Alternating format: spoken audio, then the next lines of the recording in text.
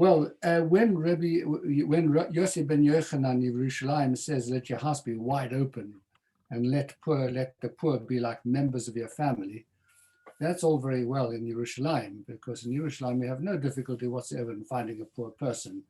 You don't have to walk out in the street within at least 3 seconds, if not quicker than that, depending which area you're in. You'll be accosted by a poor person sticking their hand out and asking for money, or sitting at the side of the road. So in order to be able to fulfill his suggestion over here that your house should be open to the poor and they should be like members of your family, that's not difficult if you live in Yerushalayim. But as we discussed with the onliners yesterday, if you wanted to invite poor people around your table for Shabbat, you'd have difficulty because it's not obvious, you don't find them very easily.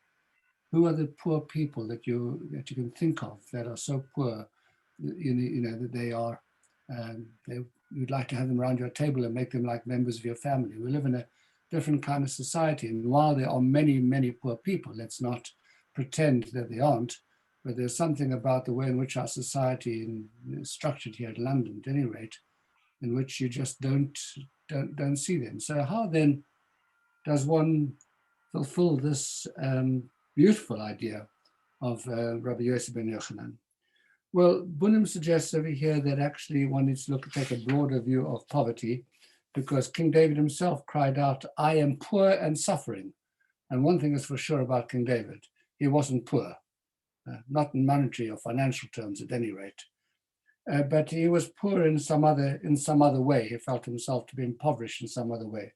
So you see that poverty over here does not necessarily mean only financial poverty.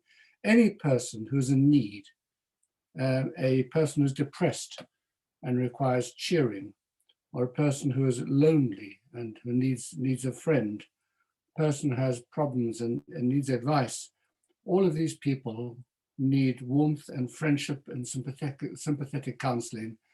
And if you open the category of poverty to include these sorts of people, you'll be flooded with people around your table, where there's no end of those people who are seeking warmth and friendship and are troubled in one way or another. Certainly people in the metropolis like London who are very lonely, people who are living on their own, either younger or older, people who are single again, very often feel very excluded from communities and have great difficulty finding their place in communities which are so family orientated and so much around, parents and children's activities. So there are all kinds of people around, and there are a huge number of people who are very depressed, and anxious, etc. It's our task to find them, or at least to be sensitive to who they are.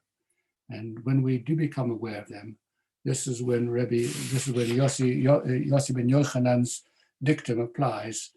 Make them part of your family. Bring them in and give them that hug, that virtual hug, of course, because we don't talk about physical hugs anymore. That's something which belongs to the past.